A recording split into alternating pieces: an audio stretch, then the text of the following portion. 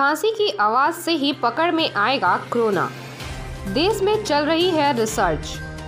Corona virus को पहचानने के लिए वैज्ञानिकों ने कई तरीके अपना रखे हैं। एंटीबॉडी टेस्ट कर रहे हैं, पीसीआर टेस्ट कर रहे हैं और विभिन्न तरीकों से मरीजों की जांच की जा रही है। इसमें एक बड़ा खतरा ये भी है कि इन जांचों के दौरान चिकित्सा कर्मी भी संक्रमित हो जा रहे हैं। अब इसका एक बेहतरीन समाधान लेकर आ रहे हैं हमारे देश के वैज्ञानिक। बेंगलुरु स्थित भारतीय विज्ञान संस्था इंडियन इंस्टीट्यूट ऑफ साइंस यानी कि IISc के वैज्ञानिकों ने सांस और खांसी से पैदा होने वाली आवाज की तरंगों से कोरोना को जांचने के लिए एक डिवाइस बना रही है। इस डिवाइस को मंजूरी मिलने के बाद इससे कोरोना मरीजों की जांच की जाएगी।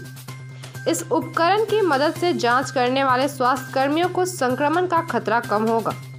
इससे बड़ा फायदा यह होगा कि हमारा मेडिकल स्टाफ खतरे में नहीं आएगा।